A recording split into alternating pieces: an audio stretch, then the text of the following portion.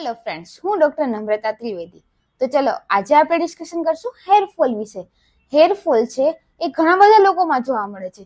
ઘણા બધા લોકોમાં એવું જોવા મળે છે કે જો હેરફોલ થાય તો ટાલ કે બાલ્ડનેસ જોવા નથી મળતી, પણ જે હેરની લેન્થ છે અને જે થિકનેસ છે એ ઓછી થઈ જાય છે. ઘણા બધા લોકોમાં હેરફોલના લીધે બાલ્ડનેસ જોવા મળે છે. તો આજે આપણે ડિસ્કશન કરશું કે હેરફોલના લીધે જે બાલ્ડનેસ જોવા મળે છે એને કહેવાય છે એલોપેશિયા. હવે એલોપેશિયાના બે ટાઈપ છે, એલોપેશિયા એરિયાટા અને એન્ડ્રોજેનિક એલોપેશિયા. ડિસ્કશન કરીશું એલોપેશિયા એરિયાટા વિશે.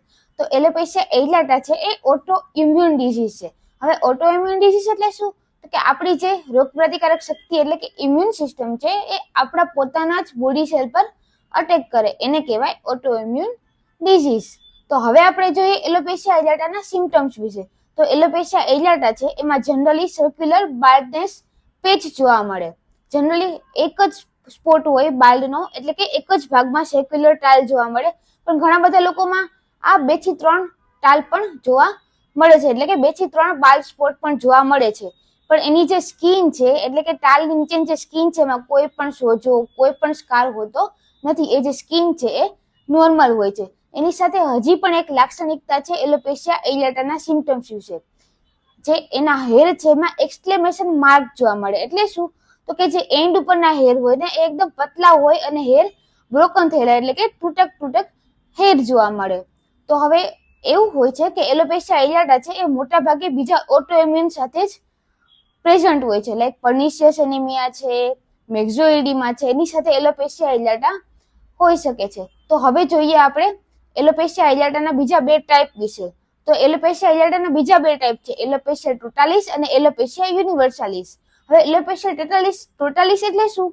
તો કે જે સ્કાલ્પના એટલે કે માથાના જે બધા જ હેર છે એ જતા રહ્યા હોય, આખા માથામાં ટાલ હોય, તો એને કહેવાય એલોપેશિયા ટોટાલિસ. અને એલોપેશિયા યુનિવર્સાલિસ એટલે શું?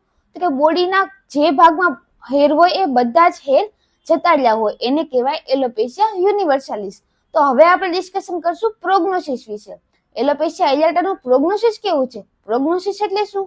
તો કે એના રિકવરીના, ક્યોર થવાના ચાન્સીસ કેટલા છે? જો એલોપેશિયા એરિયાટા છે એ નાનપણથી હોય પેશન્ટને, તો એના પ્રોગ્નોસિસ બહુ જ પુઅર છે, એટલે કે મટવાના ચાન્સીસ બહુ જ લેસ છે. પણ જો વિધિન 1 યર એટલે કે 1 વર્ષની અંદરમાં જ જો એલોપેશિયા એરિયાટા ડેવલપ થયું હોય તો એના ક્યોર થવાના ચાન્સીસ વધુ છે. હવે એલોપેથિકમાં શું ટ્રીટમેન્ટ છે? તો કે સ્ટીરોઇડના ઇન્જેક્શન અને સ્ટીરોઇડ મેડિસિન. પણ હોમિયોપેથિકમાં એલોપેશિયા એરિયાટાનું બહુ જ સારું રિઝલ્ટ છે. Thank you.